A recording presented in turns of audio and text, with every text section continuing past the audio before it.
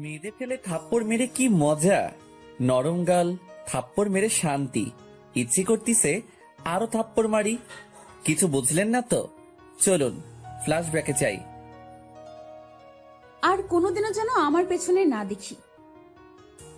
আমি কি কুত্তা যে তোর মতো কুত্তির পিছনে যাব? কি? আমি কুত্তি? কুত্তি না হলে কলেজের ছেলেগুলো তোর পিছনে কুত্তার মতো ঘুরঘুর করতো না।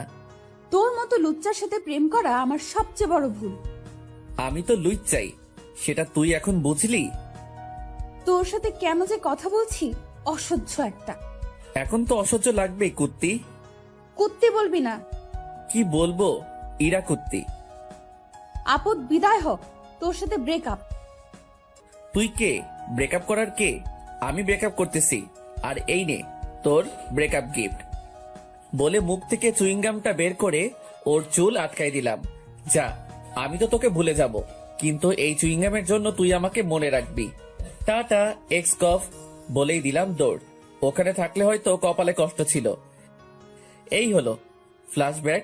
এখন বর্তমানে আসুন, আপনাদের সাথে পরিচয়টা সেরে ফেলি। আমি ইমন, ইন্টার সেকেন্ড ইয়ারে পড়ি। বাবা মার 2 মাত্র সন্তান। বর্তমানে এলাকার বাইরে আছি। আর যার থেকে পালিয়ে আসলাম উনি হলেন আমার গফ, সরি এক্স গফ, ইসরাত জাহান ইরা।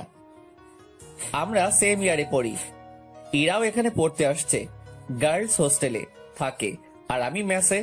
1 বছর হলো ওর আর আমার রিলেশনের। 1 বছর রিলেশনে প্রায় প্রতি সপ্তাহে একবার ঝগড়া হবে, আর বাকি দিনগুলো রাগ করে চলে যেত। আমি ইরাকে প্রথম প্রপোজ করেছিলাম। কিছুদিন ঘোরাঘুরির পর রাজি হয়েছিল। ভেবেছিলাম এবার হয়তো লাইফটা মজায় কাটবে, কিন্তু এই মেয়ে যে প্যারা দেওয়া শুরু করছিল, কিছু হইলেই গাইল মাইর সব একসাথে। আজ আমিও সবগুলো শোধ তুলে নিলাম সুদে আসলে। নরম গালগুলোয় থাপ্পড় মেরে কি যে মজা। ইচ্ছে করতেছে গিয়ে আরো 2-1টা মেরে আসি, কিন্তু বেশি জিনিস ভালো না, তাই আর যাব না। বন্ধুদের কাছে আসলাম। কি রে, হাঁপাচ্ছিস কেন? মামা ইরার সাথে ব্রেকআপ করে আসলাম। তাহলে থাম, আমি গিয়ে প্রপোজটা করে আসি। যা, ওকে আমি থাপ্পড় মেরে আসলাম, আমার রাগটা তোর উপর দিয়ে দিবে। তাহলে থাক, চল ম্যাচে যাই। চল। ম্যাচে এসে বিছানায় শরীরটা ছড়িয়ে দিলাম, তখনই ফোনটা বেজে উঠল।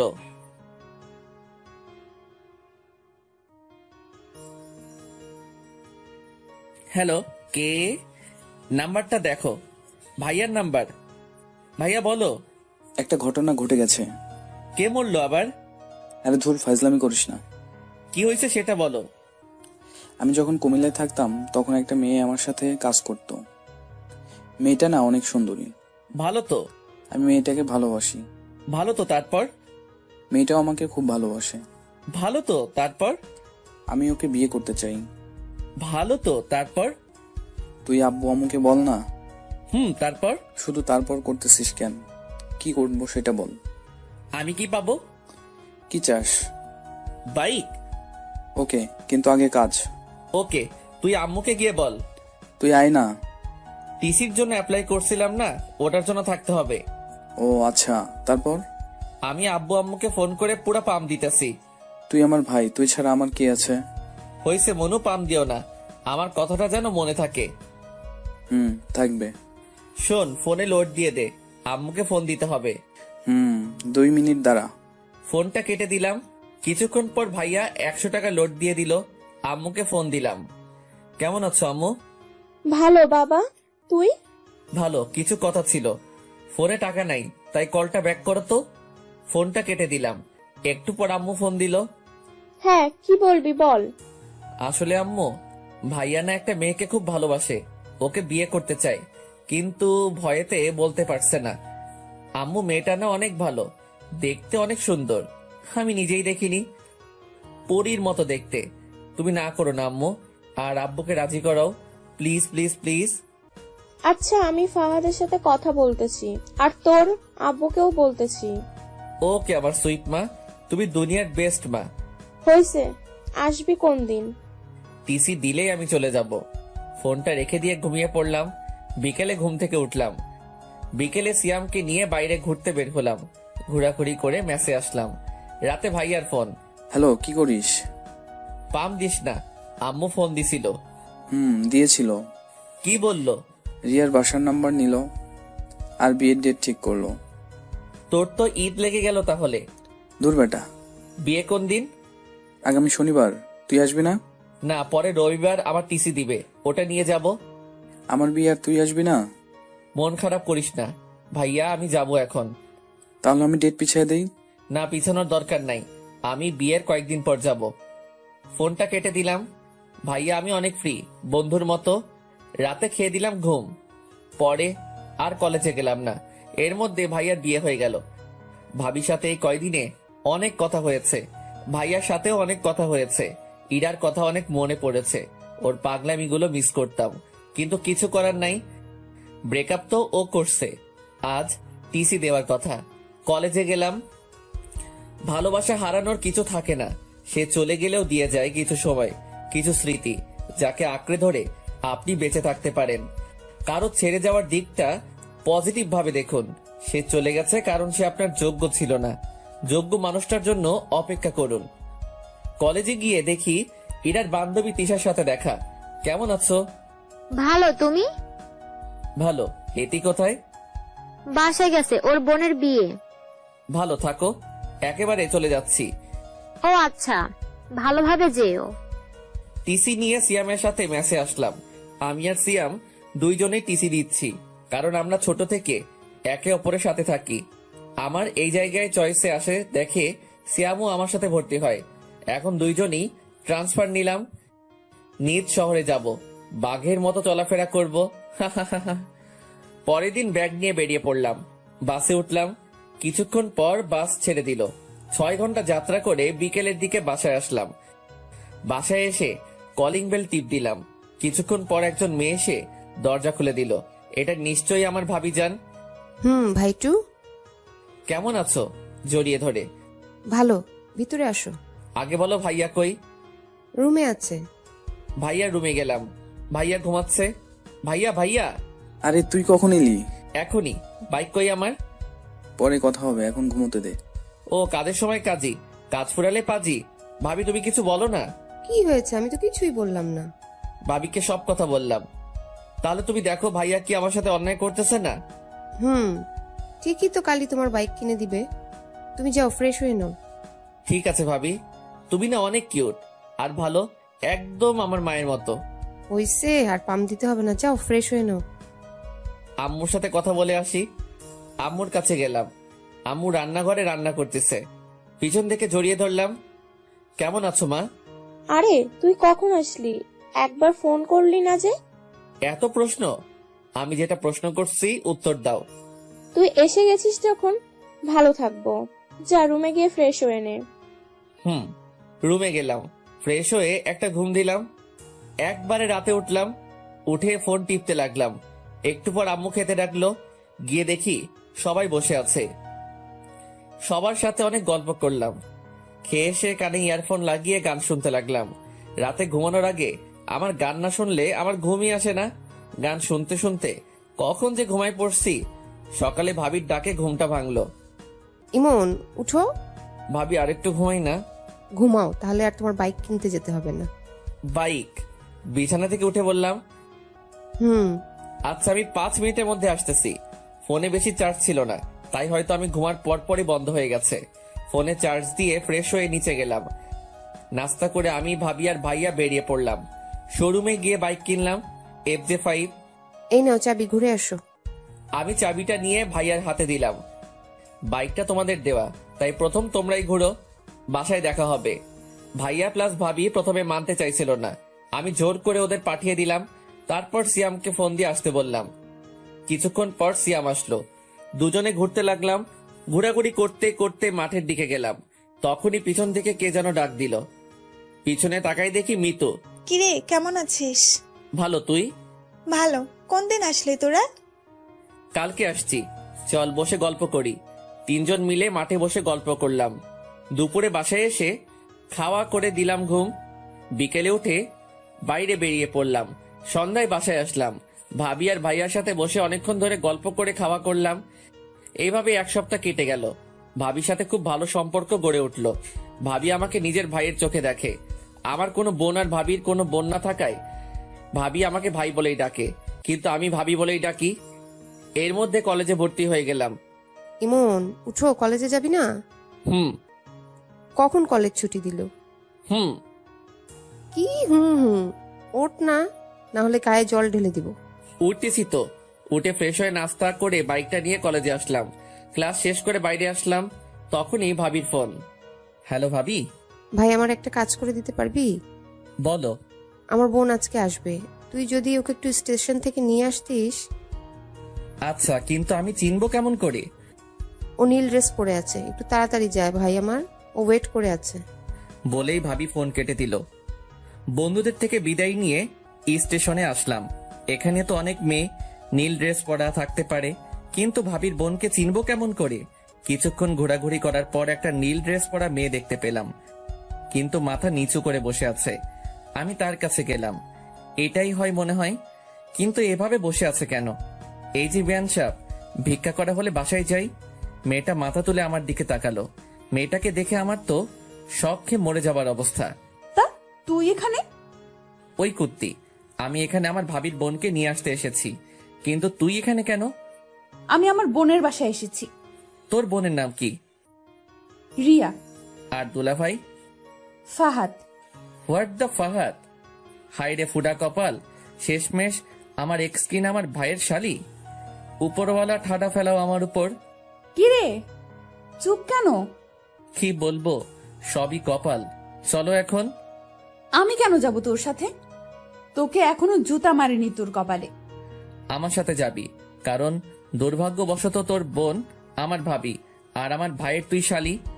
আমার কথা শুনে ইরার উপর ঠাডা পড়ার মতো অবস্থা।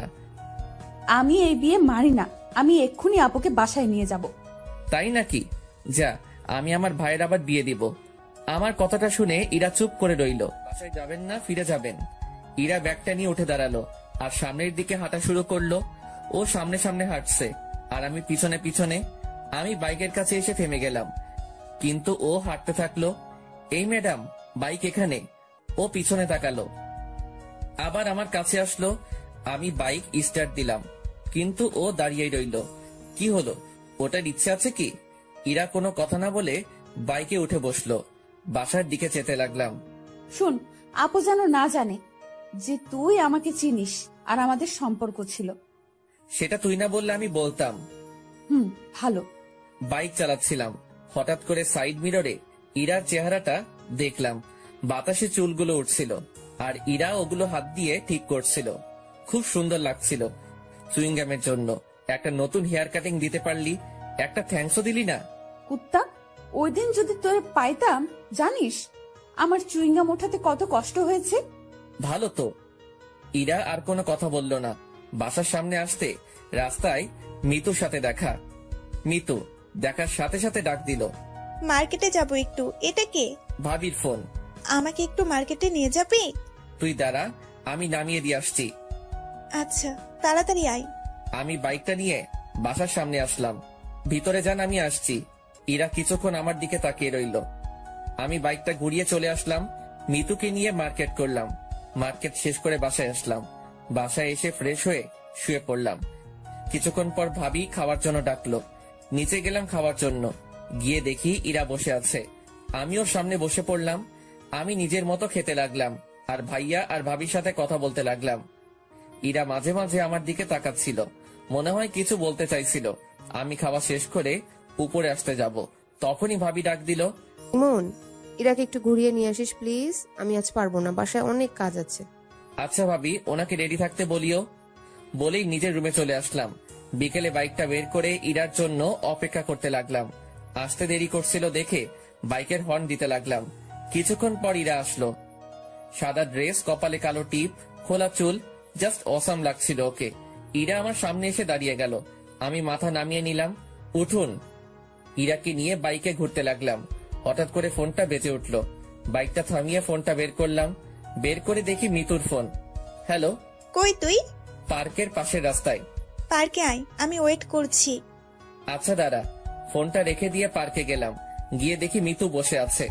আমি বাইকটা রাখলাম। আপনি এখানে বসুন, আমি আসছি। আসলে আমি এখানে এসেছি ইরাকে জ্বালানোর জন্য, না হলে আসতাম না। আমি ভালো করেই জানি ইরা আমাকে এখনো খুব ভালোবাসে, কিন্তু প্রকাশ করে না।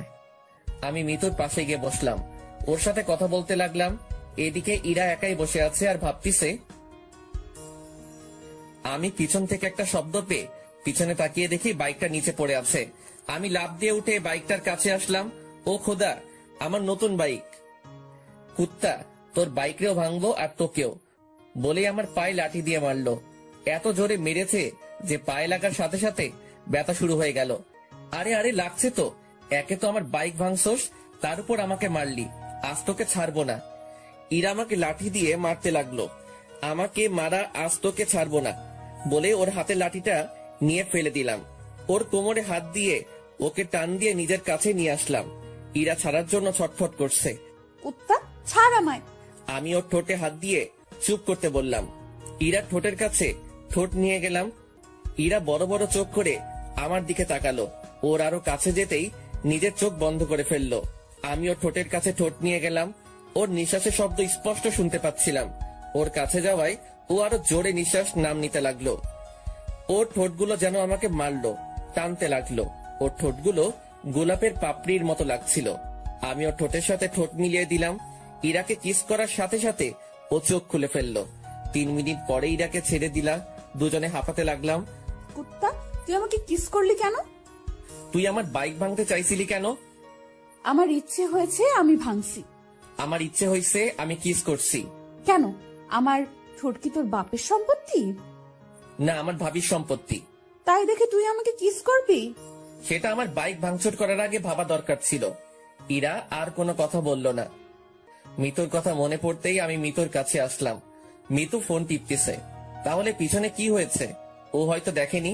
কিরে, কি করিস? তুই কই গেলি তখন? একটা কাজ ছিল, বাসায় যাব, চল।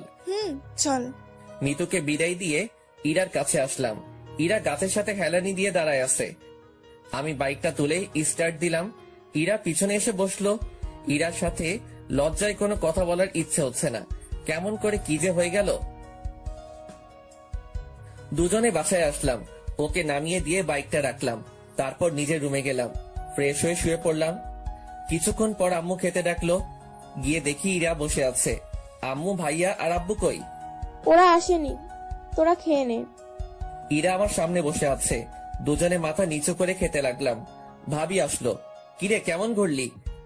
ভালো আপু, জায়গাটা অনেক সুন্দর। আচ্ছা, খেয়ে নে। আমি খেয়ে নিজের রুমে চলে আসলাম।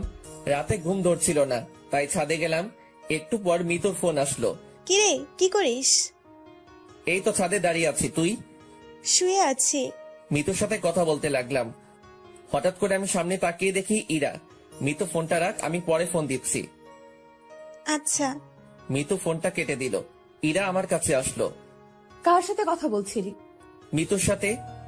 এরপর থেকে যেন ওই ডাইনির সাথে কথা বলা আর দেখা করা না দেখি, বলে দিলাম। কেন, কথা বললে কি করবা? ইরা আমার কাছ থেকে ফোনটা নিয়ে নিল। ফোন পাবি না, যখন দরকার হবে আমার কাছে বলবি, আমি দিব। না, ফোন ছাড়া আমার ঘুম আসে না, ফোন লাগবেই আমার। বলছি না পাবি না। ইরার কাছ থেকে জোর করে ফোনটা নিতে গেলাম, তখনও মেয়েদের চোর পকেটে ফোনটা ঢুকিয়ে দিল। চোর পকেট কি জানতে চাহিয়ে লজ্জা দিবেন না? এইবার নিয়ে দেখা। মনটা খুব হতাশ হয়ে গেল। আমি নিচে যেতে লাগলাম। তখনই ইরা আমার হাতটা টেনে ধরলো আর ঠোঁটের সাথে ঠোঁট লাগিয়ে দিল। হঠাৎ আমার কি যে হলো, ইমনকে কাছে টেনে নিয়ে ওর ঠোঁটের সাথে ঠোঁট লাগিয়ে দিলাম। ওকে কিস করার সময় ওর শরীরের এক অদ্ভুত ঘ্রাণ আমাকে ওর আরো কাছে টানতে লাগলো। 5 মিনিট পর ওকে ছেড়ে দিলাম। ইরা এভাবে কিস করবে ভাবতেও পারিনি। আই লাভ ইউ বলেই ইরা দৌড়ে নিচে চলে গেল। আমি নিজের রুমে চলে আসলাম। শুয়ে শুয়ে কতক্ষণ কি হইলো সেটা ভাবতে লাগলাম। সবকিছু মাথার উপর দিতে যাচ্ছিল।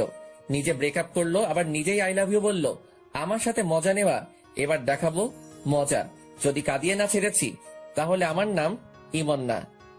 না, মজা পাইছে নাকি? এইবার মজা আমি দেখাবো। সব প্ল্যান ভাবতে ভাবতে ঘুমিয়ে পড়লাম। সকালে মনে হলো কে যেন আমার দিকে তাকিয়ে আছে। চোখ খুলতেই দেখি ইরা। কি ব্যাপার, আপনি এখানে? আপনি কাকে কি বলছেন? আপনাকে। মজা নেওয়া বাদ দে, মায়ের খাবি। অচেনা কাউকে তো আপনি করেই বলতে হয়। ফাইজলামি বাদ দিয়ে নিচে আয়, আপু নাস্তা করতে ডাকতিছে বলেই ইরা নিচে গেল। কিছুটা রেগে গেছে। আমি ফ্রেশ হয়ে নিচে গেলাম। সবাই টেবিলে বসে, আমি ইরার মুখোমুখি চেয়ারে বসলাম। খাওয়ার মধ্যে ইরা পায়ের উপর পা উঠে দিল। আমি ওর দিকে তাকাতেই ও মুচকি একটা হাসি দিল। আমি টেবিল থেকে প্লেট নিয়ে উঠে সোফায় গিয়ে বসলাম। কি রে, ওখানে গিয়ে বসলি কেন? টিভি দেখতে দেখতে খাবো। তারপর সবাই খাওয়া শেষ করে যে যার মতো চলে গেল। ভাবি আর আম্মু রান্নাঘরে গেল। ইরা আমার পাশে এসে বসলো। আমি ওর দিকে না তাকিয়ে টিভি দেখতে লাগলাম। একটু পর ইরা আমার দিকে চেপে আসলো। আমি একটু সরে বসলাম। ও আরো চেপে আসলো। ধীরে ধীরে আমি একেবারে সোফার কোনায় চলে আসলাম। ইরা আমার শরীরের সাথে চেপে বসে আছে। আমি ওর দিকে তাকালাম। ও টিভির দিকে তাকিয়ে মুচকি হাসি দিচ্ছে। শুনছেন? কিছু বলবা? না, কিছু বলবো না।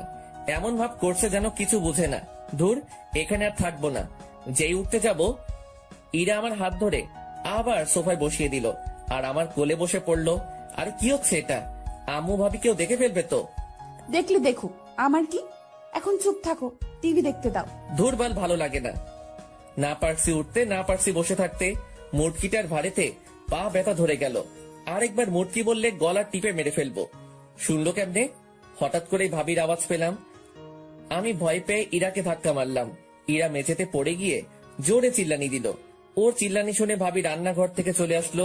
কি রে, নিচে বসে আছিস কেন? বসে নেই, পড়ে গেছি। কেমন করে পড়লি? এই রে, এইবার যদি বলে দেয় আমি ধাক্কা মেরে ফেলে দিছি। পা পিছলে পড়ে গেছে ভাবি। ও, যা রুমে গিয়ে রেস্ট নে। তোর কি তার ছিড়া? দেখতে পারতেছিস না উঠতে পারতেছি না? রুমে যাব কেমন করে?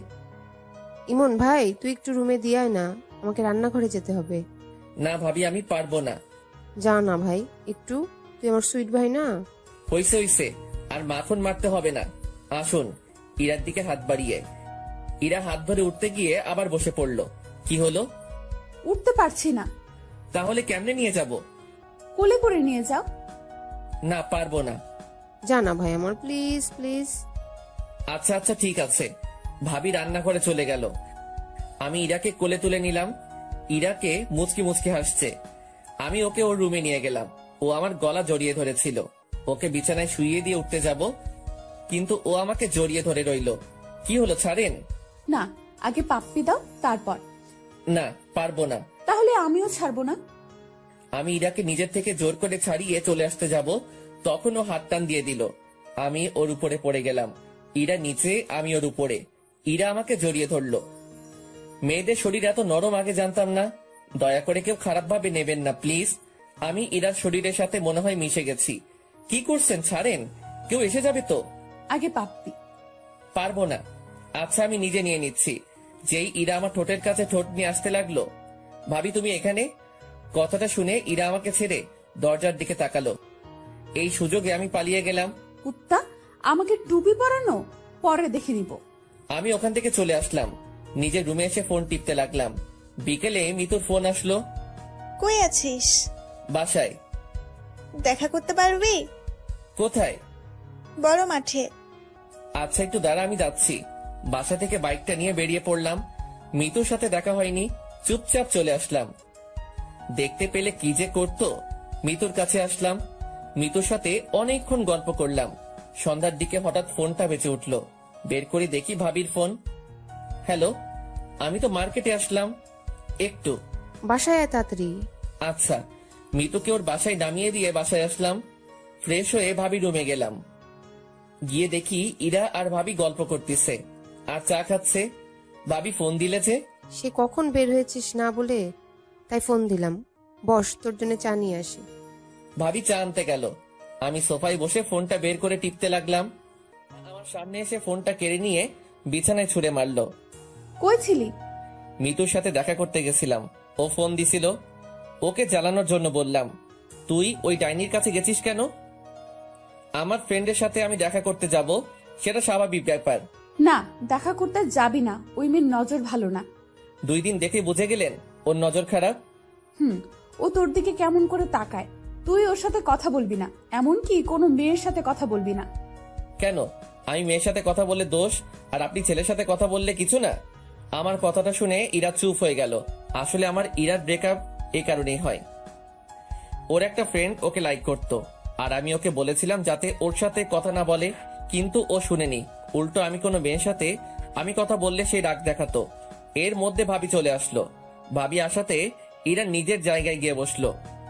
দাও। ভাবির সাথে অনেক গল্প করলাম। রাতে খাবার টেবিলে ইরা আমার দিকে মাঝে মাঝে তাকাচ্ছিল, কিন্তু কিছু বলছিল না। রাতে কে ঘুমিয়ে পড়লাম। কাল থেকে কলেজে যেতে হবে। সকালে ইরার ডাকে ঘুমটা ভেঙে গেল। কি হলো? কলেজে যাবা না? ওঠো। আমি কিছু না বলে উঠে ফ্রেশ হতে গেলাম। ফ্রেশ হয়ে বেরিয়ে দেখি ইরা নাস্তা হাতে নিয়ে দাঁড়িয়ে আছে। টেবিলে নাস্তার প্লেটটা নিয়ে আমার কাছে আসলো। আপনি নাস্তা করেছেন? না, সকালে মিষ্টি নাস্তা করব দেখে নাস্তা করিনি। দাঁড়াও, দেখাচ্ছি। মানে? ইরা আমার কাছে আসলো, হালকা করে ঠোঁটে একটা কিস করলো। এই হলো আমার মিষ্টি নাস্তা। তাড়াতাড়ি নাস্তা করে রেডি হয়ে নিচে আসো বলেই ইরা চলে গেল। আমি এখনো থ হয়ে দাঁড়িয়ে আছি। এই মেয়ের মতিগতি বোঝা আমার পক্ষে সম্ভব না। নাস্তা করে রেডি হয়ে ব্যাগটা নিলাম। নিচে আসতেই আম্মির ডাক। আম্মু বলো। এই নে। 1000 টাকা হাতে ধরিয়ে দিয়ে, আমার কাছে তোর টাকা আছে। লাগবে, রেখে দে। আর ইরাকে সাথে নিয়ে যা, ওকে একটু তোদের কলেজটা ঘুরিয়ে দেখা। ও বাসায় একা একা কি করবে? তোর সাথে গেলে মনটা একটু হালকা হবে। আচ্ছা, রেডি হতে বলো। আমি রেডি। পিছন থেকে ইরা বলল। ও তার মানে আগে থেকে ঠিক করা সবকিছু। তাই বলি হঠাৎ এত টাকা দিচ্ছে, সেটাও আবার আম্মু, ভাবা যায়? হয়েছে হয়েছে, যা এখন। ইরার দিকে তাকালাম। নীল ড্রেস, খোলা চুল, জাস্ট রূপকথা রাজকন্যা। আমি বাইকটা বের করে আনলাম। ইরা বাইরে দাঁড়িয়ে আছে। আমি ইরার সামনে গেলাম। কেমন লাগছে? আপনি কি ফ্যাশন শোয়ে যাচ্ছেন, না ছেলে পটাবেন যে এত সাজগোজ? ইরার মুখ কালো হয়ে গেল। ইরাকে এভাবে দেখলে কলেজের যে কোনো ছেলে ক্রাশ খাবে। তোমার যখন ভালো লাগছে না, তাহলে চেঞ্জ করে আসি। থাক, লাগবে না, উঠো।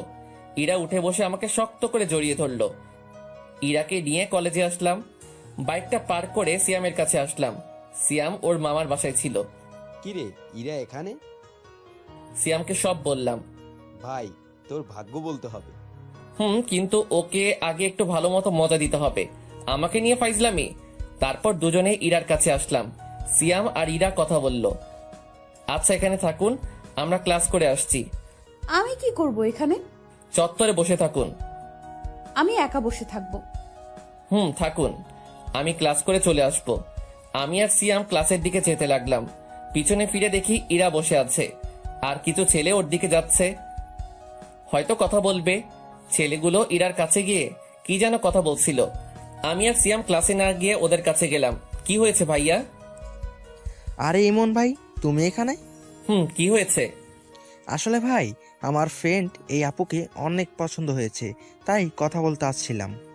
ওটা তোদের ভাবি হয়? ভাই, আগে বলবা তো, ভুলে গেছে। আর হবে না আপু, মাফ করে দেন প্লিজ। ছেলেগুলো চলে গেল। তোকে আজ ক্লাস করতে হবে না, তুই ওকে নিয়ে ঘুরে আয়। বাইকটা নিয়ে আসি। বাইকটা নিয়ে ইরার সামনে আসলাম। ইরা উঠে শক্ত করে জড়িয়ে ধরলো। সবাই আমার দিকে তাকিয়ে আছে। ভাবিজি রোম্যান্স বাইরে গিয়ে কইরেন, এটা ক্যাম্পাস বলেই সিয়াম দৌড়ে চলে গেল। আমি বাইকটা জোরে টান দিলাম। বাইক আর মেয়ে পার্ট তো দেখাতে হবেই। সারাদিন ইরাকে নিয়ে বাইকে ঘুরলাম। ইরা সারাদিনে অনেক বকবক করেছে। বিকেলের দিকে বাসায় আসলাম। এসে ফ্রেশ হয়ে ঘুম দিলাম। সন্ধ্যায় ঘুম থেকে উঠে পুরো অবাক হয়ে গেলাম। ইরা আমাকে জড়িয়ে ধরে শুয়ে আছে, কিন্তু ও এখানে কখন এলো? আমি ইরার দিকে তাকিয়ে দেখতে লাগলাম। ফ্যানের বাতাসে চুলগুলো উঠছে, মুখটা খুব মায়াবী লাগছে। হঠাৎ করে ইরার ঘুমটা ভেঙে গেল। কি ব্যাপার, তুমি এখানে কখন আসলা? আসলে আপু তোমাকে ডাক দিতে বলছিল, কিন্তু এসে দেখি তুমি ঘুমাচ্ছ। আমারও ঘুম পাচ্ছিল, তাই এখানে ঘুমিয়ে পড়ি। কি? যদি ভাবি এসে দেখে ফেলতো তাহলে কি ভাবতো? যা ভাবার তাই ভাবতো। এখন উঠে ফ্রেশ হয়ে নিচে আসো। আমার কপাল একটা পাপ্পি দিয়ে ইরা চলে গেল। মেয়েটার মায়ায় আরো পড়ে যাচ্ছি। কি যে করি, ওকে কষ্ট দিতে পারছি না। আমি যে ওকে ভালোবাসি, তাহলে কষ্ট কেমন করে দেই? আর ওর থেকে দূরে থাকতে পারবো না। কালকে ওকে সব বলবো। উঠে ফ্রেশ হয়ে নিচে গেলাম। ভাবি আর ইরা আর আম্মু বসে কি যেন বলা বলি করছে। আমি যেতেই চুপ হয়ে গেল। ঘুম হলো? খুব ভালো ঘুম হয়েছে, তাই না? কি বলছো কিছুই বুঝতেছি না। থাক, আর বুঝা লাগবে না। আমার আর কিছুই বোঝা লাগবে না, বস এখানে। আমি গিয়ে ভাবির পাশে বসলাম। তোরা গল্প কর, আমি রান্না করে যাই। আম্মু রান্না করে চলে গেল। আমিও যাই, আম্মুকে সাহায্য করি। ভাবিও চলে গেল। আমি বসে ফোন টিপতেছি আর টিভি দেখতেছি। হঠাৎ ইরা এসে আমার কোলে শুয়ে পড়লো আর টিভি দেখতে লাগলো। আরে কি করছো ভাবি, এসে যাবে তো। আসলে আসুক, আমার কি। ইরা টিভি দেখতে লাগলো আর আমি রান্নাঘরের দিকে তাকিয়ে রইলাম ভাবি আসছে কিনা। ইরার দিকে তাকালাম, ইরা টিভি দেখতে ব্যস্ত। ইচ্ছে করছে ইরার মাথায় হাত বুলিয়ে দেই, কিন্তু কেন জানি সাহস হচ্ছিল না, তাই চুপচাপ বসে রইলাম। একটু পর ইরাকে ভাবি রান্নাঘর থেকে ডাক দিল। ইরা উঠে রান্নাঘরে চলে গেল।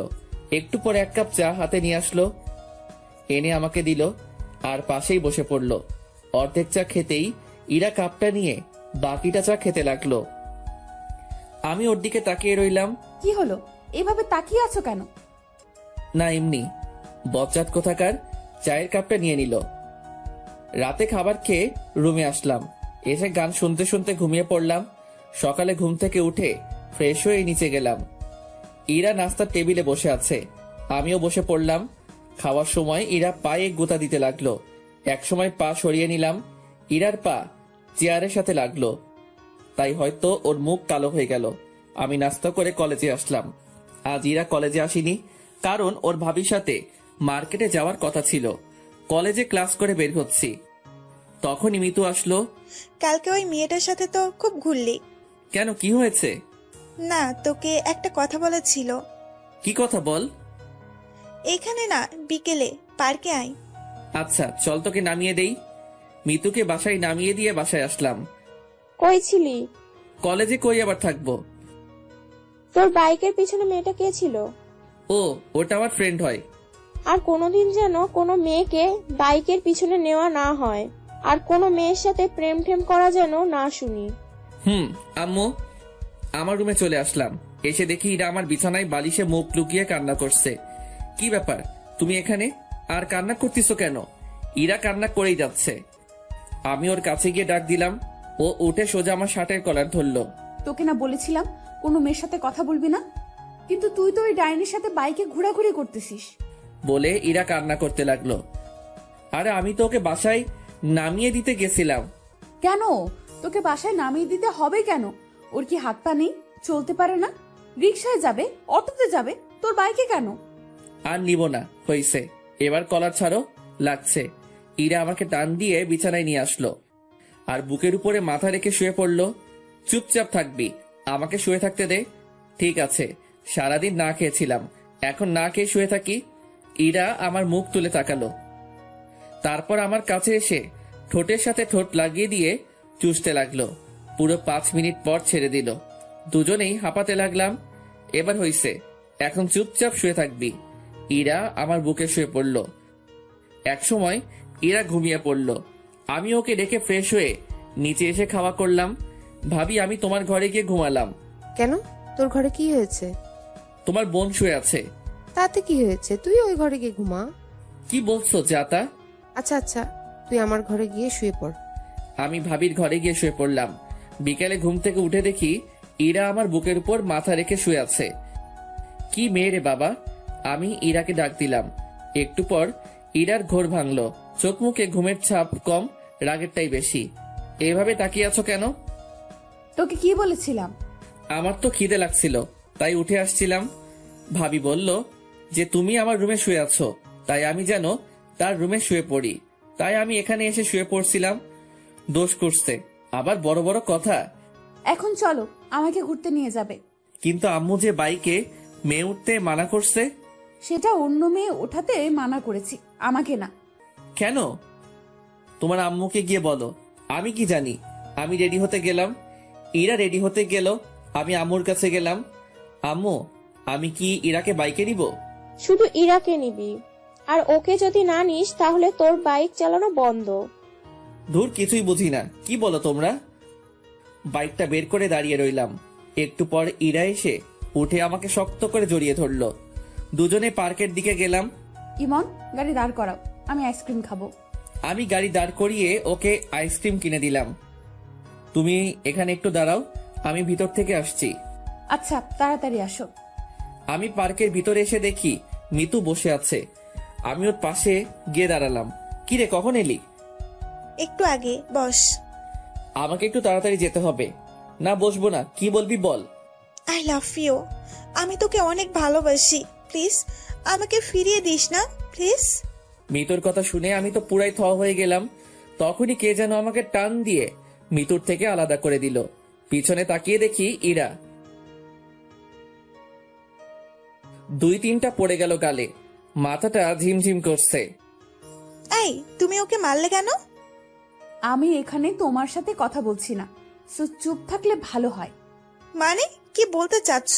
আর তুমি কোন সাহসে মারলে ওকে? ইরা মিতুকে চর মেরে বসলো। আমি তো দেখেই অবাক। বলছিলাম না চুপ করে থাকতে। ইরাকে সাইডে নিয়ে আসলাম। তুমি ওকে মারলে কেন? তুই একে জড়িয়ে ধরেছিলি কেন? ভেবেছিলাম আমার ভালোবাসা দিয়ে তোমাকে আবার কাছে টেনে নিব, কিন্তু আমি ভুল ছিলাম। তুমি হয়তো আমাকে আর ভালোবাসো না। আসলে আমি পাগল। কেন যে ভেবেছিলাম তুমি হয়তো আমাকে আগের মতো ভালোবাসো, তাই তো তোমার কাছে নিজের ভালোবাসাটা জাহির করে গেছি। হয়তো আমার কপালে তোমার ভালোবাসা নেই। আসলে আমার মতো মেয়ে হয়তো ভালোবাসার যোগ্য নয়। পারলে ক্ষমা করে দিও। ইরা কাঁদতে কাঁদতে মিতুর কাছে আসলো। আপু, পারলে আমাকে ক্ষমা করে দিয়েন। আসলে আমি এতদিন একটা ভুল ধারণা নিয়ে বেঁচেছিলাম, সেটা আজ ভেঙে গেল।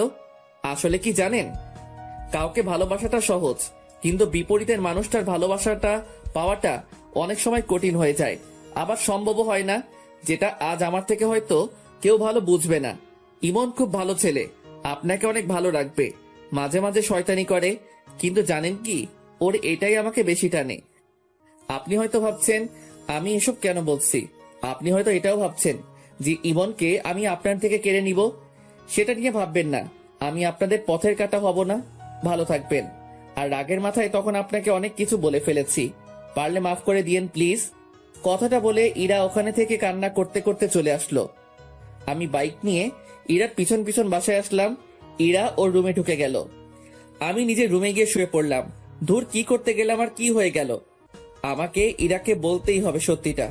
আমি ইরা রুমের সামনে গিয়ে দাঁড়ালাম। ভিতর থেকে কান্নার শব্দ শুনতে পেলাম। ইরা হয়তো কাঁদছে, নিজেকে কেমন যেন অপরাধী মনে হচ্ছে। আমি ইরাকে ডাকতে শুরু করলাম, কিন্তু ইরা দরজা খুলল না। আমি দরজা ধাক্কাধাক্কি করতে লাগলাম। ইরা দরজা খুলল। প্লিজ আমায় একটু একা থাকতে দিন। যদি আপনি আরেকবার এভাবে এসেছেন তাহলে আমি এক্ষুনি এই বাসা ছেড়ে চলে যাব। কথাটা বলেই ইরা দরজা বন্ধ করে দিল। আমি রুমে চলে আসলাম। একটু পর ভাবি খাবার জন্য ডাকলো। গিয়ে দেখি ইরা নেই। ইরার সাথে তোর কি হয়েছে? কই, কিছু হয়নি তো। তাহলে ও কান্না করছে কেন? আমি আর কিছু বললাম না, মাথা নিচু করে রইলাম। খেতে ইচ্ছে করছিল না, তাই না খেয়ে নিজের রুমে চলে আসলাম। চোখ বন্ধ করে শুয়ে আছি। একটু পর মাথায় কারো হাতের স্পর্শ পেলাম। চোখ খুলে দেখি ভাবি। আমার ভাইটার বুঝি মন খারাপ? না ভাবি, এমনি ভালো লাগছে না। আমাকে বুঝি বলা যাবে না, তাই না? আসলে তেমন কিছু না, মাথাটা খুব ব্যথা করছে, তাই খুব খারাপ লাগছে। তুই ভাবিস না, আমি সব ঠিক করে দিব। তুই এখন ঘুমা। কথাটা বলেই ভাবি চলে গেল। আমি চুপ করে শুয়ে রইলাম। চোখে ঘুম নেই। চোখ বন্ধ করলেই ইরার হাসি মুখটা সামনে আসছে। যে করেই হোক ওকে আমাকে পেতেই হবে। ওকে আর আমার থেকে দূরে যেতে দিব না। চিৎকার করে বলতে ইচ্ছে করছে, ইরা, আমি তোমাকে ভালোবাসি।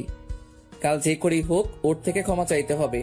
দরকার পড়লে ওর পায়ে পড়ব, কিন্তু ওকে নিজের থেকে দূরে যেতে দিব না। সারা রাত ঘুম হয়নি। ভোর রাতে ঘুমিয়ে পড়লাম। সকালে ঘুম থেকে উঠে ফোনটা হাতে নিয়ে দেখি 11টা বাজে। আমি তাড়াতাড়ি করে ইরার রুমে গেলাম। গিয়ে দেখি রুমে ফাঁকা। ইরার জামা কাপড় কিছুই নেই। আমি দৌড়ে নিচে আসলাম। ভাবি, ভাবি, ভাবি। কি হয়েছে? ইরা কই? ও আজ সকালে চলে গেছে। অনেক আটকানোর চেষ্টা করেছি কিন্তু পারিনি। কয়টা ট্রেন? 10:30টায়। আমি তাড়াতাড়ি করে বাইকটা বের করে স্টেশনের দিকে বেরিয়ে পড়লাম। সাবধানে যাস। স্টেশনে গিয়ে দেখি ট্রেন চলে গেছে। সাইডে বেঞ্চে বসে পড়লাম। চোখের কোণ দিয়ে এক ফোঁটা জল মাটিতে পড়ল। নীরবে বসে কাঁদতে লাগলাম। আজ আমার ভুলের জন্যই ইরা আমার থেকে দূরে চলে গেল। একটু পর ভাবির ফোন আসলো। হ্যালো ভাবি। কি হয়েছে তোর? তোর কণ্ঠটা এমন শোনা যাচ্ছে কেন? না কিছু না, বলো কি বলবা। পেলি ওকে? না ভাবি। আচ্ছা তুই বাসায় আয়, তোর সাথে কথা আছে। আচ্ছা আমি এক্ষুনি আসছি। বাইকটা নিয়ে বাসার দিকে যেতে লাগলাম। মুখের সামনে শুধু ইরার ছবিটা ভেসে উঠছিল। তখনই হঠাৎ করে কোথা থেকে যেন একটা রিক্সা বাইকের সামনে চলে আসে। আমি কন্ট্রোল সামলাতে না পেরে বাইকটা রিক্সার সাথে লাগাই দেই। চোখ খুলে দেখি মাথায় হাত আর পায়ে ব্যান্ডেজ। ভাবি সাইডে বসে আছে। ভাবি তোমরা এখানে? আর বাইকটা ঠিক আছে তো? তোর অ্যাক্সিডেন্ট করার পর একজন তোর ফোন দিয়ে আমাদেরকে ফোন করে হাসপাতালে আসতে বলে। আজ যদি তোর কিছু হয়ে যেত তাহলে আম্মুকে মুখ দেখাতাম কেমন করে? কিছু হয়নি তো? কিছু হয়নি। তুই জানিস তোর মাথায় হাতে পায়ে কয়টা সেলাই পড়েছে? থাক, সেটা বলার দরকার নেই। চুপচাপ শুয়ে থাক, বিকালে তোকে বাসায় নিয়ে যাব। ভাবি বাইরে চলে গেল। বিকেলে বাসায় গেলাম। আমি স্বাভাবিকভাবে হাঁটতে পারতেছি, কিন্তু হাঁটটার জন্য একটু সমস্যা হচ্ছে। রাতের বেলায় ছাদে বসে আছি। আকাশে তারার মেলা, হাজারো তারার ভিড়ে চাঁদটাকেই দেখছি। একটু পর কেউ পিঠে হাত দিল। পিছনে তাকিয়ে দেখি ভাবি দাঁড়িয়ে। ভাবি তুমি এখানে? এত রাতে এখানে মন খারাপ হয়ে বসে আছিস কেন? এখনো বলবি তোর কিছু হয়নি? আসলে ভাবি। ঠিক আছে, যদি আমাকে আপন না ভাবিস তাহলে বলতে হবে না। ভাবি আমি ইরাকে ভালোবাসি, আর আমরা একে অপরকে অনেকদিন ধরেই চিনি। সেটা আমি, আম্মু, তোর ভাইয়া, আব্বু সবাই জানি। এরা আমাদের সব বলেছে। সেদিন কি হয়েছে সেটা বল। সেদিনে সব কথা ভাবিকে খুলে বললাম। বুঝলাম, এটা শুধু ভুল বুঝাবুঝি। আসলে আমার বোনটা রাগ আর অভিমানটা একটু বেশি, বুঝলি? সেটা অনেক আগে বুঝে গেছি। আচ্ছা, আমি দেখি কি করা যায়, কিন্তু এরকম মন খারাপ করে বসে থাকা চলবে না। যা, রুমে গিয়ে রেস্ট নে। এভাবে 5 দিন কেটে গেল। মাথা হাত পায়ে সেলাই খুলে ফেললেও দাগগুলো রয়ে গেছে। সকালে ভাবির ডাকে ঘুম ভাঙলো। ইমন, তাড়াতাড়ি উঠে ফ্রেশ হয়ে রেডি হয়ে নিচে আয়। কেন? আজ তুই, আমি আর তোর ভাইয়া আমাদের বাসায় যাব। ভাবির কথাটা শুনে আমার খুশির সীমানা ছিল না। ভাবিকে গিয়ে জড়িয়ে ধরলাম। থ্যাংক ইউ ভাবি, তুমি দুনিয়ার বেস্ট কিউট ভাবি। হয়েছে, আর পাম দিতে হবে না, তাড়াতাড়ি নিচে আয়। তুমি 2 মিনিট ওয়েট করো, আমি 1 মিনিটে আসতেছি। আমি তাড়াতাড়ি ফ্রেশ হয়ে রেডি হলাম। তারপর নিচে আসলাম। নাস্তা করে বসে আছি। কিছুক্ষণ পর ভাইয়া আসলো। কি রে, ব্যাগ গোছানো শেষ? কতক্ষণ আর সময় লাগবে? ভাবি কই? প্রায় 20 মিনিট পর ভাবি রেডি হয়ে আসলো। এতক্ষণ লাগে? হয়েছে, তোর তো আর তর্স হয়েছে না। কেন? আচ্ছা, তুমি আরেকটু ময়দা মেখে আসো, আমরা দাঁড়িয়ে আছি। ওই ছাগল, আমি কোনদিন ময়দা মাখছি? প্রতিদিনই তো মাখো। দাঁড়া, তোর মার হয়নি অনেকদিন। তোমরা ঝগড়া বাদ দিয়ে চলো তো। এমনিতেই তোমার ময়দা মাখতে অনেক সময় চলে গেছে, আর দেরি করলে ট্রেন মিস। ভাবি রাগ করছো কেন? ভাইয়া তো মজা করে বলছে। আমি তো জানি তুমি আটা সুন্দরী না। আমার ভাবি দেখতে অনেক কিউট। ঠিক আছে, তুই বলছিস বলে যাচ্ছি, না হলে ওর আজ খবর করে দিতাম। ভাবির কথা শুনে ভাইয়ার মুখটা একদম চুপসে গেল। এবার চলো, না হলে দেরি হয়ে যাবে। চল। তারপর একটা অটো নিয়ে স্টেশনে গেলাম। কিছুক্ষণ পর ট্রেন আসলো। আমার তো আর তর্স হইছে না, কখন যে পৌঁছাবো কে জানে। আমার ব্যাপারটা হয়তো ভাবি বুঝতে পারছে, তাই বারবার আমার দিকে তাকিয়ে মুচকি মুচকি হাসছে। কি হলো, হাসছো কেন?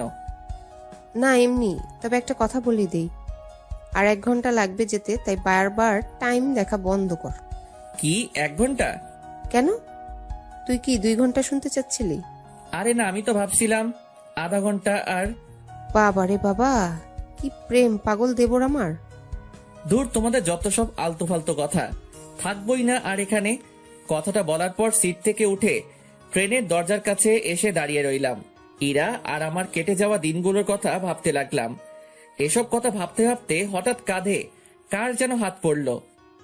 পিছনে তাকিয়ে দেখি ভাইয়া। আর কতক্ষণ দাঁড়িয়ে থাকবি? আমরা তো প্রায় এসে পড়ছি। তাড়াতাড়ি চল।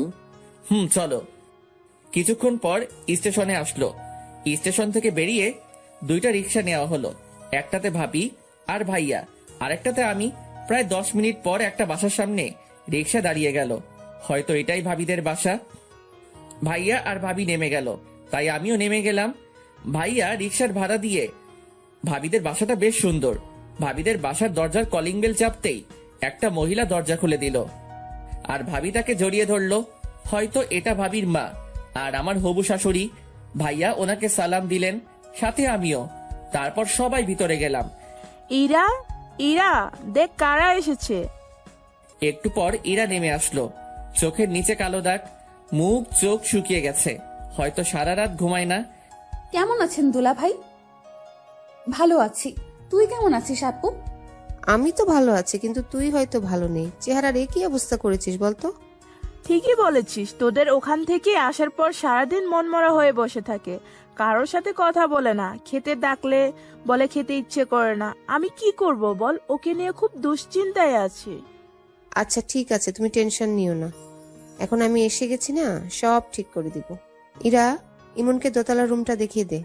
এতক্ষণ পর ইরার চোখ আমার উপর পড়লো, কিছুক্ষণ আমার দিকে তাকিয়ে রইল, তারপর আবার মাথা নিচু করলো, তারপর সামনের দিকে হাঁটতে লাগলো।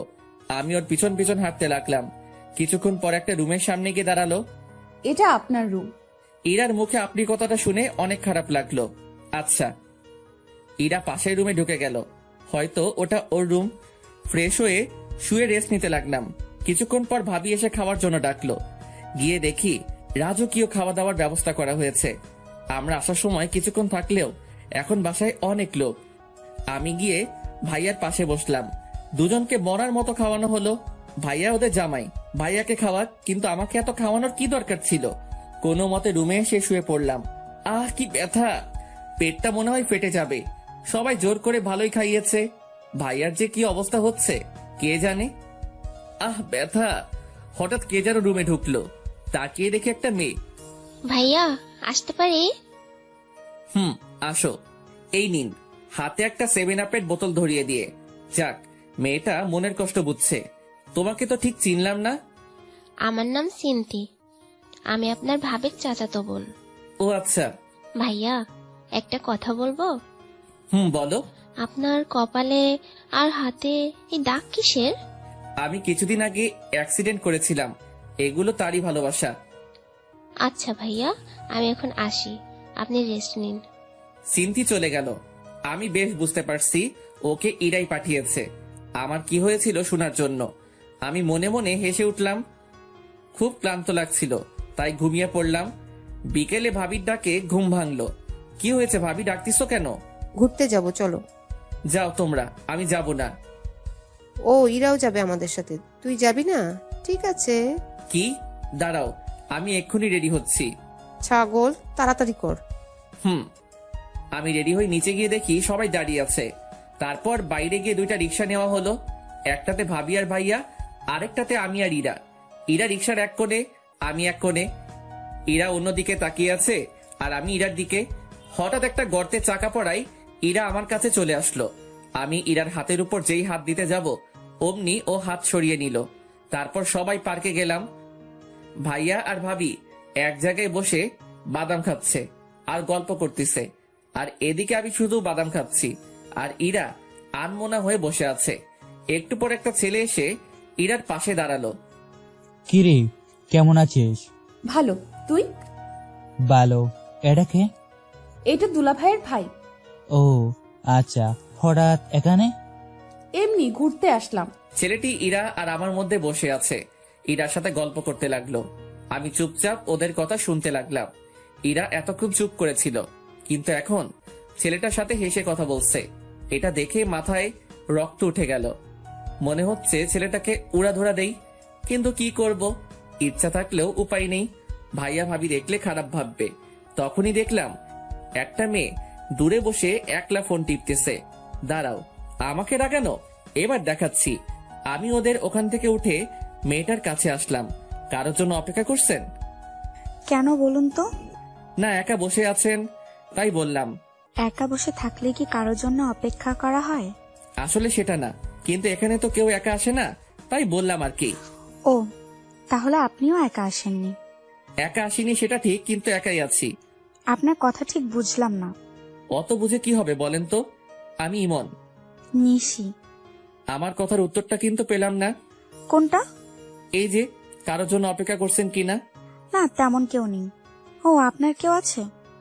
জি আছে। কে সে? ওই যে দেখছেন একটা ছেলের পাশে একটা মেয়ে বসে আছে, ওইটা। মানে আপনার গার্লফ্রেন্ড আরেকজনের সাথে বসে কথা বলছে আর আপনি এখানে বসে আছেন? ব্যাপারটা ঠিক হজম হলো না। সে অনেক কাহিনী, অন্য একদিন বলবো। ফ্রেন্ডস। ফ্রেন্ডস। আমি রিয়ার সাথে গল্প করতে লাগলাম। এদিকে ইরা রিয়াদ। কি রে, কি হলো? ওদিকে কি দেখছিস? কিছু না। তোর কি হয়েছে বলতো? আছে, চলো বাসায় যাব এক্ষুনি। একটু পর যাই, তুই বস এখানে। বলছি না বাসায় যাব, তাড়াতাড়ি উঠ। দুলা ভাই উঠেন তো। আচ্ছা, ইরা যখন বলছে চলো, চলে যাই, কিন্তু ইমন কই? কথা বলা শেষ হলে চলুন বাসায় যাব। আচ্ছা চলো। আমি নিশিকে বলে চলে আসলাম। আসার সময় অবশ্য ওর নাম্বারটা নিয়ে এসেছি। বাসায় আসলাম। আসার সময় অবশ্য ইরার মুখটা দেখার মতো ছিল। মাঝে মাঝে আমার দিকে রাগি লুকে তাকাচ্ছিল। মনে হচ্ছে চোখ দুটো দিয়ে খেয়ে ফেলবে। বাসায় এসে ফ্রেশ হয়ে নিচে গেলাম। সবাই একসাথে খাওয়া দাওয়া করলাম। ইরাও ছিল সাথে। রাতে ঘুম আসছিল না, তাই ছাদে গিয়ে দাঁড়ালাম। পকেট থেকে একটা সিগারেট বের করে ধরলাম আর রাতের আবহাওয়াটা উপভোগ করতে লাগলাম। সিগারেট খাওয়াটা আমার নেশা না। দিনে একটা থেকে দুইটা আর না খেলে নাই। হঠাৎ একটু পর কারো পায়ের আওয়াজ পেলাম। সিগারেটটা লুকিয়ে ফেললাম। ইরা ছাদে উঠল। সিগারেটটা দূরে ফেলে দিতে চাইলাম, কিন্তু দিলাম না। দেখি ও কি করে। ইরা ছাদের এক কোণে চলে গেল। আমি ওখানে দাঁড়িয়ে সিগারেট খেতে লাগলাম। এটা কি আপনার বাসায় যে এখানে সিগারেট খাচ্ছে? না, কেন? এখানে সিগারেট খাওয়া বারণ নাকি? হ্যাঁ বারণ। আর এই ছাদে যাত্রার আশা এলাও না, এক্ষুনি নেমে যান। তাহলে যাত্রার মধ্যে পড়ি? হ্যাঁ, আমার তো সেটাই মনে হচ্ছে। ও ভালো তো, কথায় ভালোই বিষ ঢালতে শিখে গেছো। যাই হোক, আমি নেমে যাচ্ছি। কথাটা বলেই নিচে চলে আসলাম। ইরাদের বাসার পাশে একটা চায়ের দোকান আছে। ভাবিকে বলে ওখানে গেলাম। গিয়ে একটা সিগারেট কিনে খেতে লাগলাম। ইরা ছাদ থেকে আমার দিকে তাকিয়ে আছে। অন্ধকারে ওকে দেখতে না পেলেও চাঁদের আলোয় ওর ছায়াটা ঠিকই দেখা যাচ্ছে। সিগারেটের ধোঁয়ায় ইরার দেওয়া বিষগুলোকে মন থেকে বের করার চেষ্টা করতে লাগলাম। কিছুক্ষণ পর বাসায় ঢুকলাম। ভিতরে ঢুকে দেখি ইরা দাঁড়িয়ে। ওর মুখোমুখি না হয়ে রুমে চলে গেলাম। গিয়ে শুয়ে পড়লাম। কোনোভাবেই হার মানলে চলবে না, পুরো চেষ্টা করতে হবে। কোনো মতেই আমি ইরাকে আমার জীবন থেকে আলাদা হতে দিব না। এসব ভাবতে ভাবতে ঘুমিয়ে পড়লাম। সকালে ঘুম থেকে উঠে ফ্রেশ হয়ে নিচে গেলাম। ভাইয়া নাস্তা করছে। পাশে সিনথিয়া আর ইরাও আছে। আমি গিয়ে সিনথির পাশে বসলাম। আমি আমার মতো খেতে লাগলাম। এর মধ্যে সিনথি আমার কানের কাছে আসলো। ভাইয়া, আপনি আর আমি আজ ঘুরতে যাব। পাশ থেকে কথাটা হয়তো ইরা শুনতে পেল। ইরা সিনথির দিকে রাগি লুকে তাকালো। ওর চোখ দেখে সিনথির যায় যায় অবস্থা। এত কথা কিসের? খাওয়ার সময় যা। আর ওকে খেতে দে আগে। উপরে যা। সিনথি ভয় পেয়ে উপরে পালালো। ইরা আমার দিকে একবার তাকিয়ে উঠে গেল। ওর চোখ দিয়ে মনে হয় আগুন ঝরছে। সারাদিন ইরার সাথে কোনো কথা হয়নি। বিকেলে বাজারে যাওয়ার জন্য বের হলাম। তখনই সিনথি আসলো। ভাইয়া কই যান? একটু মার্কেটে যাব। ও, আমিও যাব, চলুন। আমার কিছু কেনাকাটা করার আছে। আমি আর সিনথি বেরিয়ে পড়লাম। মার্কেটে গিয়ে সিনথি কেনাকাটা করতে লাগলো। তখন একটা শপে একজোড়া পাইল দেখে খুব পছন্দ। আমি পাইলগুলো ইরার জন্য কিনে নিলাম। ইরার পাইল অনেক পছন্দ। আমরা মার্কেট থেকে বেরিয়ে আসবো, তখনই দেখলাম ইরা মার্কেটের ভিতরে যাচ্ছে। ভাবলাম এক্ষুনি পাইলগুলো ওকে পরিয়ে দেই, তাই ওকে ডাকতে লাগলাম। কিন্তু ও না শোনার ভান করে চলে যেতে লাগলো। আমি দৌড়ে গিয়ে ওর হাতটা ধরলাম। কি হলো, কি হলো? এতক্ষণ ধরে ডাকছি, শুনতে পাচ্ছ না?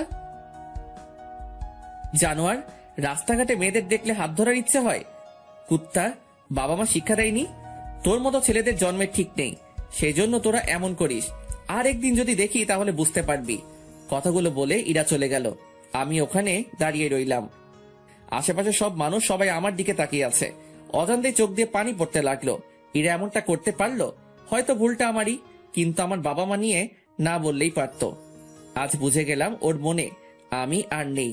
তাড়াতাড়ি করে নিজের চোখের জল মুছে ফেললাম। হঠাৎ করে কাঁধে কারোর হাতের স্পর্শ পেলাম। তাকিয়ে দেখি সিনথি। আরে বাদ দাও, আমি কিছু মনে করিনি। আরে কি বলছো তুমি? কেন ক্ষমা চাইছো? তুমি তো কিছু করনি। সব দোষ আসলে আমার ভাগ্যের। আসলে কি জানো, মানুষ যখন কাছে কিছু পায় তার মর্যাদা দিতে পারে না, আর যখন সেটা চলে যায় তখন সেটা তার কাছে অনেকটা দামি হয়ে যায়। আর কিছু সময় উপর থেকে সেটা লেখা থাকে না। আমার ক্ষেত্রে হয়তো উপরওয়ালার মর্জি। কারো মনে জায়গা করে নিতে উপরওয়ালার মর্জি থাকা লাগে কি? হয়তো বা না, কিন্তু সম্পর্কটা একটা পরিণতি পেতে গেলে একটা হ্যাপি এন্ডিং এর জন্য তার আদেশ থাকা লাগে। তার ইচ্ছে না থাকলে রাস্তা একসাথে আসলেও ঠিকানাটা আলাদা হয়ে যাবেই। তোমার কথার কিছুই বুঝলাম না। একদিন বুঝতে পারবা, চলো বাসায় যাই। চলো। বাসায় আসলাম, ভাবি আমাদের কাছে আসলো। কিরে, তোর গালে কিসের দাগ? জানো ভাবি, ইরা আপু না? কথাটা বলার আগেই আমি সিনথিকে থামিয়ে দিলাম। কিছু না ভাবি, গালে একটা মশা বসেছিল, ওটাকে মারতে গিয়ে দাগ পড়ে গেছে। ভাবি আমার দিকে তাকালো। যা উপরে গিয়ে ফ্রেশ হয়ে নে। উপরে এসে শুয়ে পড়লাম। কি এমন ভুল করেছিলাম যে ইরা আমার সাথে এমনটা করলো? ভেবেছিলাম ওর অভিমানের জন্য হয়তো এমনটা করছে, কিন্তু এখন বুঝতে পারছি ইরা আর আমাকে ওর জীবনে চায় না। তাহলে ওর ইচ্ছেটাই থাক। নীরবে কেঁদে চলেছি। কেন জানি না নিজেকে খুব একা লাগছে। মনে হচ্ছে জীবন থেকে কিছু একটা চিরদিনের মতো হারিয়ে গেল। শত চেষ্টায় তাকে আটকে রাখতে পারলাম না। চারদিকটা কেমন যেন অন্ধকার হয়ে আসছে। চোখের পাতাগুলো জলে ভিজে গেছে। ভালোবাসা আমার সাথী না হলেও কষ্টগুলো আজ আমার সাথে ঠিকই আছে। ভালোবাসার সবচেয়ে বড় পাওনাটা হয়তো পেয়ে গেলাম। নিজেকে শেষ করে দেওয়ার ইচ্ছে করছে, কিন্তু সেটা করলে আম্মু আব্বু ভাইয়া ভাবিকে ধোকা দেওয়া হবে। তাই এই যন্ত্রণা নিয়েই সারা জীবন হয়তো কাটিয়ে দিতে হবে। সারা রাত কেঁদেই গেলাম। বাইরে খেয়ে এসেছি বলাই ভাবি আর ডাকেনি। জ্যোৎস্না রাতে জানালার পাশে বসে আছি। চাঁদের আলোয় কেমন যেন একটা মায়া আছে। আজ বুঝলাম কেন জ্যোৎস্না রাতের চাঁদ সবার পছন্দ। রাতের একলা সময় পুরনো কথাগুলো মনে করিয়ে দেয়, তা ভালো হোক বা খারাপ। রাতের আকাশ কখনো কাউকে একা রাখে না, সাথে রেখে দেয় কিছু কষ্টদায়ক পুরনো স্মৃতি। সারা রাত ঘুমাতে পারলাম না। সকালে ফ্রেশ হয়ে নিচে গেলাম। চোখের নিচে কালো দাগ পড়ে গেছে। মাথাটা কেমন যেন ঝিমঝিম করছে। ভাবির সাথে কথা বলে বাইরে চলে আসলাম। বাইরে এসে চায়ের দোকানের দিকে যেতে লাগলাম। হঠাৎ কি যে মনে হলো, পিছনে তাকিয়ে দেখি ইরা আসছে। আমি কিছু না বলে এক দোকান থেকে এক প্যাকেট সিগারেট কিনে একটা সিগারেট ধরিয়ে পার্কের দিকে গেলাম। একটু পর ইরা ওর কিছু বান্ধবীর সাথে পার্কে এলো। আমি ওকে দেখে মাথা নিচু করে রইলাম আর নীরবে সিগারেট খেতে লাগলাম। হঠাৎ করে চোখ দিয়ে জল পড়তে লাগলো। তাড়াতাড়ি জল মুছে বড় একটা নিঃশ্বাস নিলাম। তারপর আরেকটা সিগারেট ধরলাম। এদিকে ইরা ইমনকে সিগারেট কেনা দেখে ওর পিছনে পিছনে আসে, সাথে কিছু ফ্রেন্ডকেও নিয়ে আসে যাতে ইমন বুঝতে না পারে। ইরা ইমনের দিকে এক দৃষ্টিতে তাকিয়ে আছে। কালকের ঘটনার জন্য ইরাও সারা রাত ঘুমাতে পারেনি। সারা রাত ইমনের জন্য কেঁদেছে। কাল কেন যে ওর সাথে এমন ব্যবহার করলাম, আজ আমার জন্য এত কষ্ট পাচ্ছে। সব আমার জন্য। কোন মুখে ওর কাছে যাব আমি? মনে মনে ইরা। এসব কথা ভাবতে ভাবতে ইরা কেঁদেই ফেললো। কি রে, কাঁদছিস কেন? ইরা কেঁদেই চলেছে। আরে বলবি তো? ইরা আর ওই জায়গায় না থেকে বাসায় চলে আসে। বাসায় এসে দরজা বন্ধ করে কাঁদতে থাকে। আমি একটু পর সামনে তাকিয়ে দেখি ইরা নেই। সারাদিন পর বিকেলে বাসায় যাই। ভাবি অনেকবার ফোন দিয়েছে কিন্তু ফোন ধরিনি। বিকেলের দিকে বাসায় গিয়ে দেখি ভাবি বসে আছে। কই ছিলি? বাইরে। কি হয়েছে তোর বলতো? কাল বাজার থেকে আসার পর থেকে কেমন যেন হয়ে গেছিস। কিছু হয়নি। তাই উপরে যা, তোর সাথে আমি একটু পরে কথা বলছি। আমি রুমে এসে শুয়ে পড়লাম। মাথাটা খুব ব্যথা করছে। একটু পর ভাবি আসলো। তুই সিগারেট খাস? আর যেন কোনোদিন সিগারেট খাওয়া না দেখি। তারপর ভাবি আমার কাছে আসলো, আমার মাথায় হাত বুলিয়ে দিতে লাগলো। ইরা কি বলেছে তোকে? কিছু বলেনি। তুই বলবি না আমি জানি। ভাবি সিনথিকে ডাক দিল। একটু পর সিনথি রুমে আসলো। কাল মার্কেটে কি হয়েছিল? কই কিছু হয়নি তো আপু। আরেকবার মিথ্যা কথা বললে থাপ্পড় মেরে গাল ফাটিয়ে দিব, বজ্জাত মেয়ে। ভাবির ধমকে সিনথি কেঁদে দেয়। কান্না করা বন্ধ করো। ভাবির ধমকে সিনথি চুপ হয়ে যায়, কিন্তু চোখ দিয়ে জল পড়েই যাচ্ছে। এখন বল কাল কি হয়েছিল? একটাও যদি মিথ্যা কথা বলেছিস তাহলে আজ তোর একদিন কি আমার একদিন। সিনথি সব কথা ভাবিকে বলে দেয়। ভাবি রেগে আগুন হয়ে যায়। আমার হাত ধরে ইরার রুমে নিয়ে যেতে লাগলো। ভাবি আমার কথাটা শুনো, ইরার কোনো দোষ নেই, আমি ওর হাত ধরেছিলাম। তাতে কি হয়েছে? এর আগে মনে হয় তুই ওর হাত ধরিসনি, আর হাত ধরেছিস বলে তোকে মারবে, বাবা মা তুলে গাল দিবে। ভাবি আমার কথাটা শুনো একবার। একদম চুপ করে থাকবি। ভাবির এমন রূপ কোনোদিনও দেখিনি। ভাবি রেগে একদম আগুন হয়ে আছে। ভাবি আমাকে ইরার রুমে নিয়ে গেল।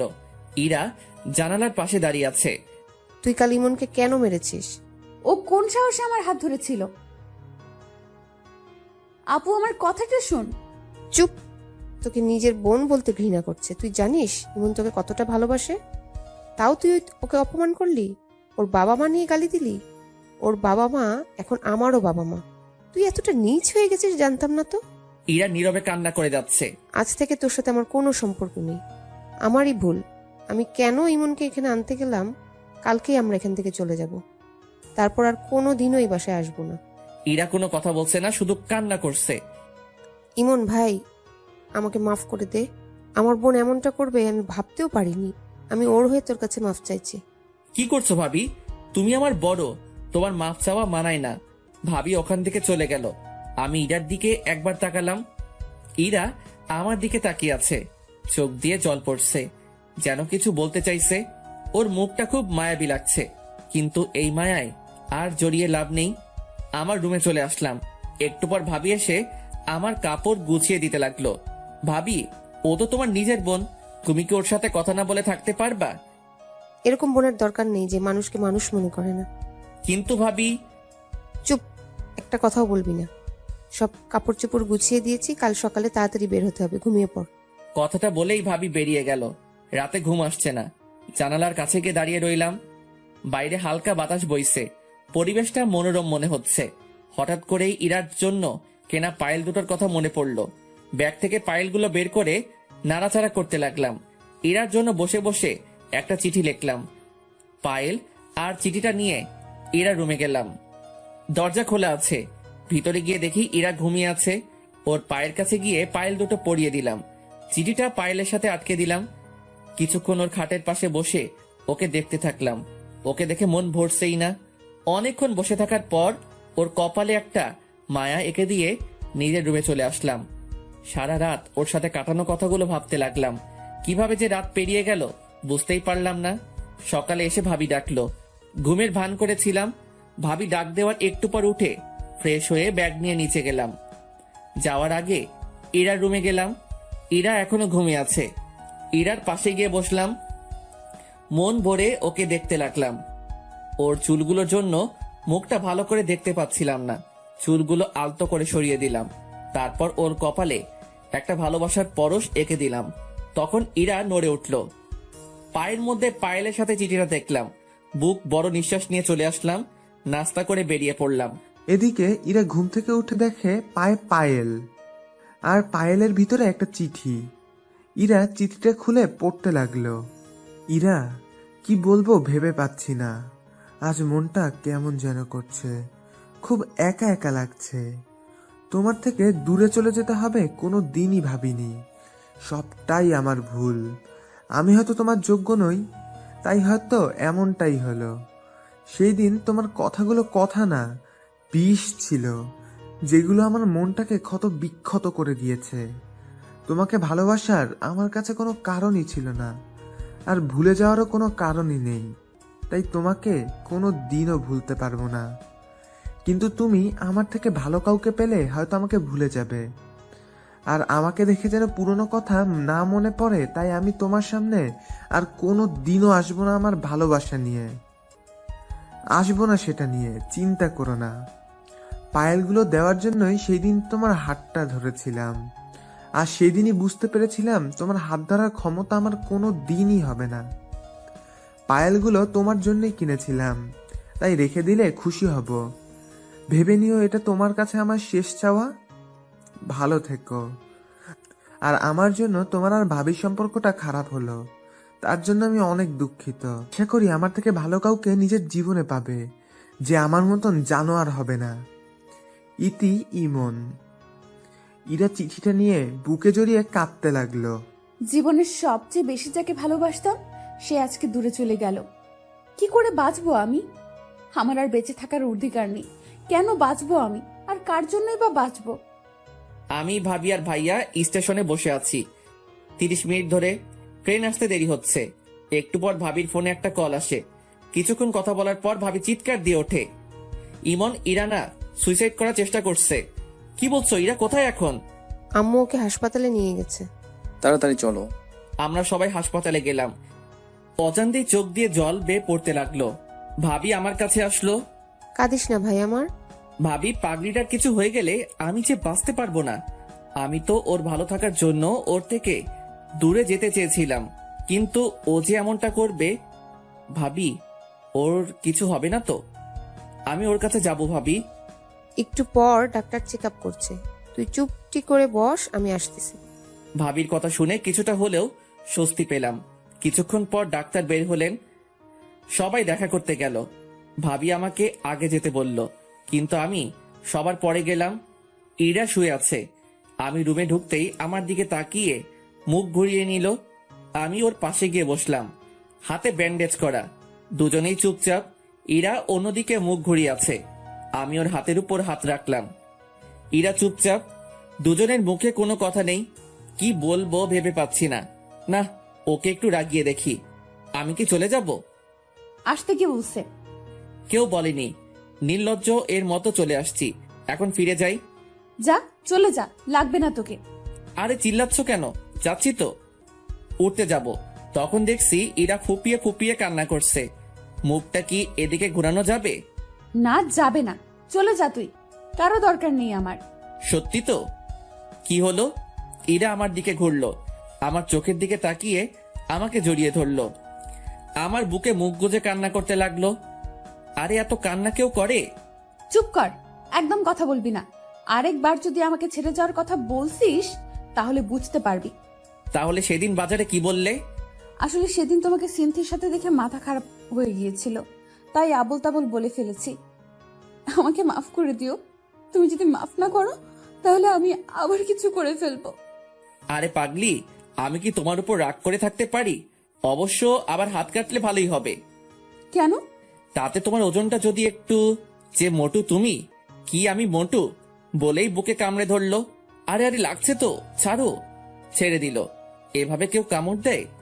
ওসব বাদ দাও, এখন একটা কিস দাও তো। কি কিস? এখন না, বিয়ের পর। দিবা কিনা বলো। কেউ এসে পড়বে। তোর গুষ্টি কিলাই। বলেই ইরা আমাকে টান দিল। আমি ইরার উপর পড়ে গেলাম। ইরা ঠোঁটের সাথে ঠোঁট লাগিয়ে দিল। 3 মিনিট পরে ছেড়ে দিল। দুজনে হাঁপাতে লাগলাম। ইরা আবার ঠোঁটের সাথে ঠোঁট লাগিয়ে দিল। এভাবে 3 বার কিস করলো। শেষমেশ ওকে ধাক্কা দিয়ে নিজের থেকে ছাড়িয়ে নিলাম। ইরা মুচকি মুচকি হাসতে লাগলো। আমি হাঁপাচ্ছি। এমন বারবার কেউ কিস করে? আমি করি। এখনই দম বন্ধ হয়ে যেত। হয়েছে, ঢং বাদ দাও। আমি ইরার পাশে বসলাম। বিকেলের দিকে ইরাকে বাসায় আনা হলো। গাড়ি থেকে নামার সময় ইরা ডাক দিল, কি বলছো ভাইয়া? ভাবি আছে তো? নিয়ে যাবে কিনা বল। ভাবি তখন আমার কাছে আসলো। দেখো না আপু, আমার মাথাটা ঘোরাচ্ছে, কেমন কেমন যেন লাগছে। ওকে বলছি কোলে করে নিয়ে যেতে, কিন্তু কিছুতেই নিয়ে যাচ্ছে না। একটা মেয়ে অসুস্থ, ওকে সাহায্য করা বাদ দিয়ে কি বলছিস? চা, উপরে নিয়ে চা। কথাটা বলে ভাবি হাসতে হাসতে চলে গেল। আমি ইরাকে কোলে তুলে নিলাম। ইরা আমার গলা জড়িয়ে ধরলো। ইরাকে ওর বেডে শুইয়ে দিলাম। আমার পাশে শুয়ে পড়ো।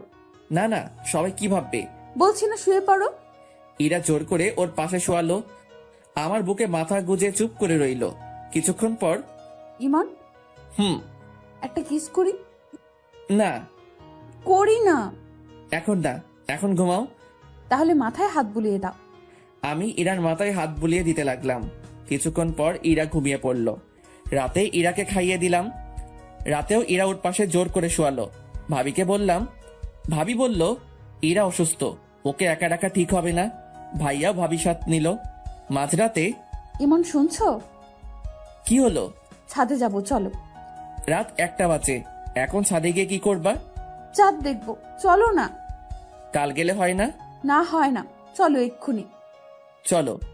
আরে আরে, আমি হাঁটতে পারবো না, কোলে নিয়ে যাও। ইরাকে কোলে করে ছাদে নিয়ে গেলাম। দুজনে দোলনায় বসলাম। ইরা আমার কাঁধে মাথা রাখলো। মুহূর্তটা চাওয়ার কিছু ছিল না। মনে হয় সময়টা এখানে থেমে যাক। আমাদের এই মুহূর্তে। ইমন, আবার কি হলো? আর ছেড়ে যাবে না তো? যতদিন পর্যন্ত উপরে যে আছে তার ডাক না পড়ছে, ততদিন পর্যন্ত আমি তোমার পাশে আছি। একটা কথা বলবো। বলো। একটা কিস দিবা? আবার দিবা না? যাও, তোমার সাথে কথা নাই। আরে বলছি দিব না। তাহলে দাও। ইরার কপালে একটা মায়া এঁকে দিলাম। এরকম করে কেউ কিস দেয়? তাহলে কেমন করে দেয়? তারাও দেখাচ্ছি। ইরা আমার কাছে আসলো। ইরার নিঃশ্বাসের শব্দ স্পষ্ট শুনতে পাচ্ছিলাম। ইরার ঠোঁট আমার ঠোঁটের কাছাকাছি। কেমন যেন একটা অদ্ভুত অনুভূতি কাজ করতে লাগলো। ইরার ঠোঁট দুটো আমাকে টানছে মনে হচ্ছে। ইরার ঠোঁটের সাথে ঠোঁট লাগিয়ে দিলাম। ইরা আমাকে জড়িয়ে ধরলো। কিছুক্ষণ পর ছেড়ে দিলাম।